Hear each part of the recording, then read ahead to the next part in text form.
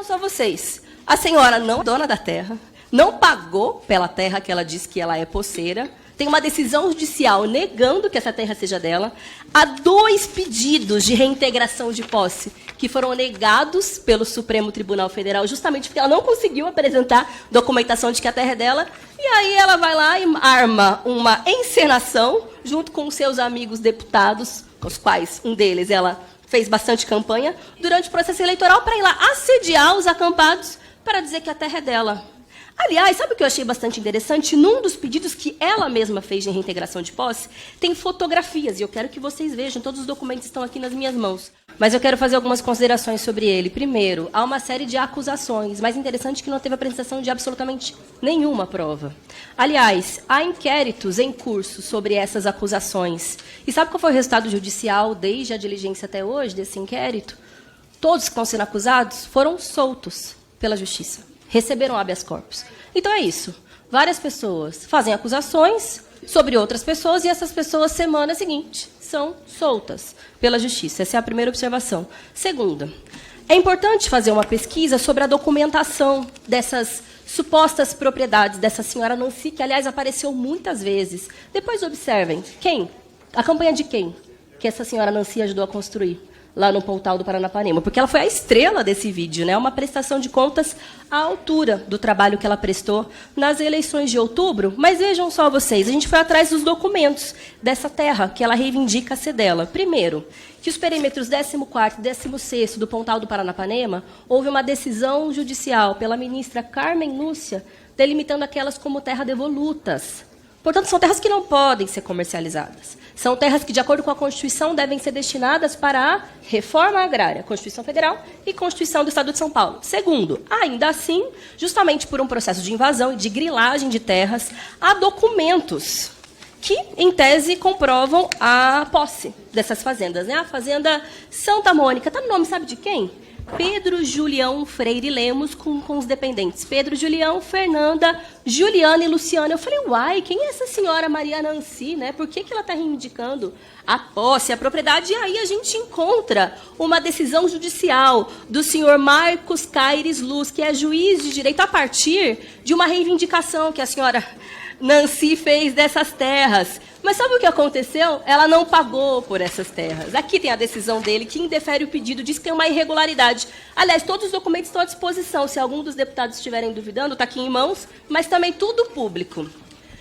Ela não pagou o valor que ela deveria para o senhor Julião, de R$2.400.000. Fotografias da fazenda que ela disse que era hiperprodutiva. Gente, só tem mato. Fotos que ela mesma apresentou do dia da ocupação pela FNL. E aí o mais engraçado de tudo isso é que houve muitos outros registros do dia dessa diligência, de invasão de propriedade, de assédio, de abuso de autoridade. Houve mais um inquérito que o delegado apresentou, que foi sobre formação de milícias rurais por parte de fazendeiros que abriram fogo contra os acampados. E o relator se esqueceu de apresentar isso no relatório dele. Ou seja, mais uma vez comprovando a tese que nós apresentamos desde o início. Isso aqui é um circo armado para tentar enganar a população, mas os efeitos estão sendo contrários aos interesses de vossas excelências.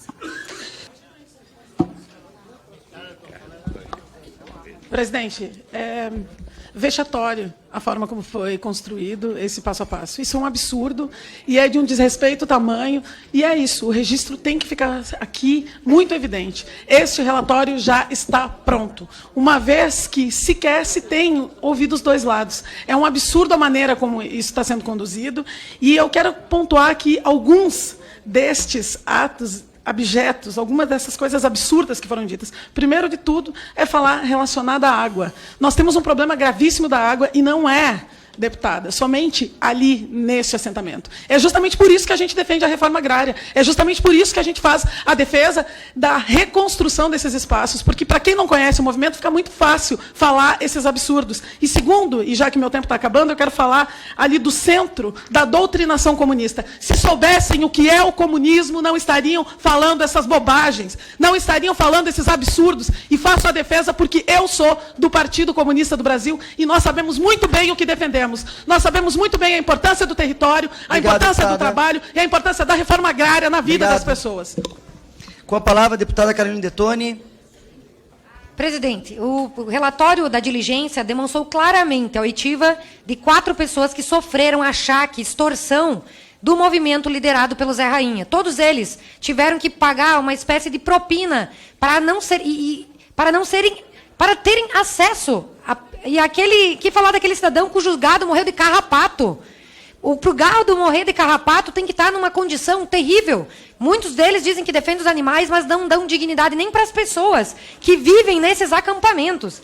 Então, o que falar da agricultura familiar? Nós não vimos nada da agricultura familiar. O que a gente viu foi um centro destinado à manipulação psicológica de pessoas humildes que tinham um sonho da terra e que, depois de décadas do movimento, não tem titulação. Vocês voltam ao poder e continuam com os mesmos métodos ineficazes e não dão dignidade para essas pessoas. Então, chega de mentira, chega de vender ilusão para pessoas inocentes que são vítimas desse movimento que é Obrigado, um movimento deputada. corrupto. Com a palavra, deputada Sâmia. Vou somar com tempo de líder, presidente. Com a palavra, deputada professora Luciene. Senhor presidente, gostaria de pedir esclarecimentos e informações sobre o relatório apresentado pelo princípio da transparência, do bom uso do dinheiro público, para saber quanto que foi gasto pela Câmara, através da CPI, para a realização dessa visita, dessa investigação lá no Pontal, no meu estado. Porque a gente sabe que essas visitas, essas diligências estão sendo feitas de última hora, e isso causa um aumento, um custo para a população poder pagar, porque é custeado por dinheiro público, essas passagens aéreas. Então, eu gostaria de saber, senhor presidente, se as informações dos gastos com essa visita diligência feita em São Paulo, se elas estão disponíveis no relatório, e quando que a gente vai poder ter acesso a esse relatório, que até agora não está no Infoleg, para a gente poder também ter mais contato com os dados apresentados. Obrigado. Obrigada. Com a palavra, capitão Alden.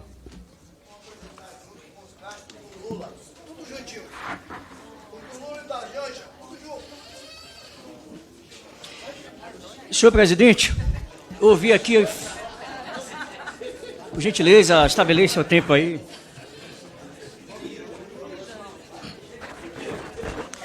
Senhor presidente, eu ouvi aqui algumas falas de alguns deputados dizendo, em referência a Che Guevara, este me representa. Vamos lutar contra o fascismo. Eu vou ler aqui algumas falas. Na verdade, se o próprio Cristo estivesse no meu caminho, eu, como Nietzsche, não hesitaria em esmagá-lo como um verme.